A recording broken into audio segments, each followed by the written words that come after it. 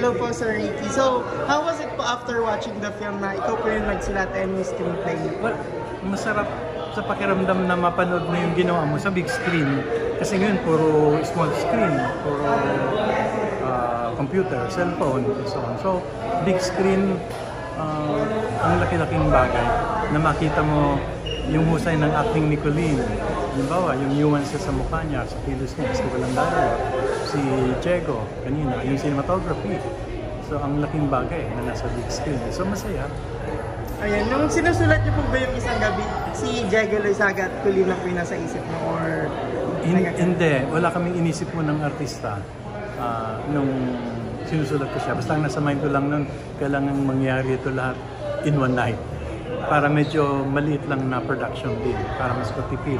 Para hindi siya ganun ka-laking production na medyo mahirap nang gawin. And ano po yung naging inspiration mo writing isang gabi? Actually, napag-usapan lang namin na ano kaya mas medyo matipid na project. Isang gabi kaya lang nangyari. And then sabi namin ni Mac, gawin kaya nating madaldal. Yung daldalan lang ng daldalan, maski na mahaba. That's why may eksena sa kanya na hindi ko alam kung 18 or more pages dun sa script na nagulat si Mac, pero nag-enjoy siya. Sabi niya, gusto ko na ito pa kamadaldal, okay lang sa akin.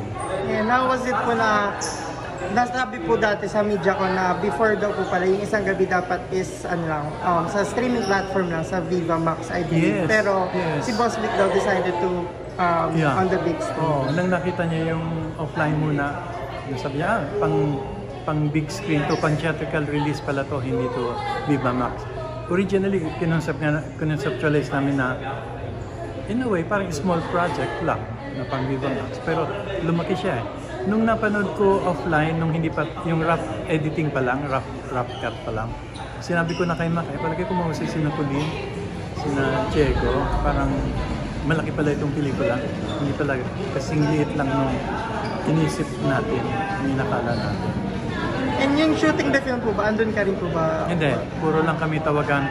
Pero every shooting day, nagpapadala si Mac ng mga na-shoot niya. And then nagko-comment. And then nung nagka-wrap cut na siya, nanood ako, nag-comment pala ako. So, all throughout the shooting and then post-prod, constant kaming nag-uusap at nag-discuss. Is this the first time po ba you're working with Direct Mac and Colleen?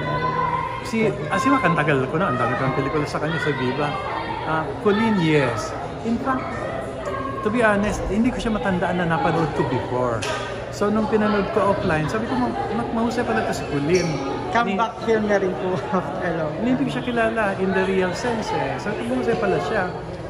Okay pala siya. So, nagulat ako. Si Diego, medyo kilala ko na. Pero si Colleen, I was surprised. She was really good. Yun. Ano po mga next na pwede namin abangan sa inyo? Like, do you have new book po ba? Or, yes, or movie? Like... I'm finishing my next novel. Sana mailabas ko siya this year. Most likely naman kaya this year. Novel. And then, mga pelikula. Dito sa Viva, sa GMA, may isang pelikula. 1 or 2 more films. Ang busy ko, ang dami kong ginagawa. Oo nga po. And right now po, so, since you're super busy and ang dami nyo nga po mga projects na ka-line up, so is it possible po ba that you can work with like mga sikat na Loves team like Kim Pao, gano'n? Sana, open naman ako na makatrabaho sila natin, mabigyan ng chance. Si Kim Cho and Paolo, I believe. Yes, oo. Oo nga, no. Sana, lalo na ngayon na wala na yung network wars na gaya dati, naghihiraman na, nagtutulungan na. So, mas madali nang mangarap na matutupad yung mga ganun. Kasi nasa GMA ako ngayon. Yes, pero nawala na yung harang which is really good. Ito. And yun nabanggit na po niyo po na you're willing to work with them. If you're going to write a story or screenplay po dun sa Kim Pao, ano po kayang kwento na maganda? Well, off my head ngayon, without thinking, di ko alam kung nagawa na niya, baka nagawa na niya Pero si Kim Chiu may Chinese siya na family, may Chinese background, may ancestry. So, something about Filipino-Chinese in the Philippines,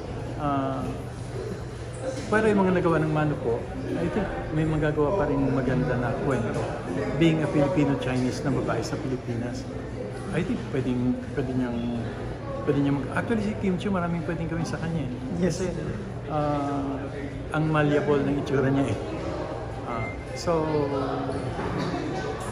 pwede, marami eh. Pwede, maganda rin siyang gawa ng horror. Kung ako, maganda rin siyang gawa ng horror. Pwede po dalawa sila ni Paolo Abilino pag tandem nila. Ano kayo? Horror? Or Serial killer si Paolo. ayun. So, yun, thank you po. Invite everyone na lang po to watch Isang Gabi. Please watch Isang Gabi sa big screen. Mahalaga po na bumalik tayong lahat sa panonood ng mga pelikulang Pilipino sa big screen. Kailangan po ng suporta nating lahat para sa pelikulang Pilipino. Thank you po. Congrats po. Hindi ko na nasimula. Parang traffic to.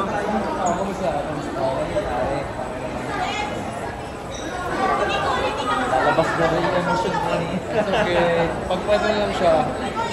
Ikaw, I miss you. See you next year.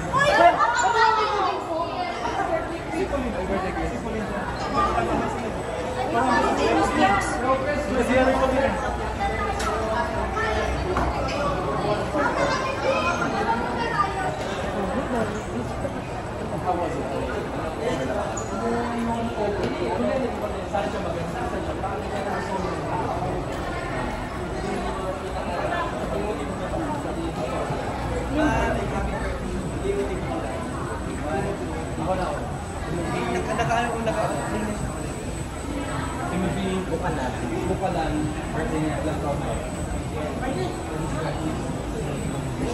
Timothy, Bukalan. Saka birthday.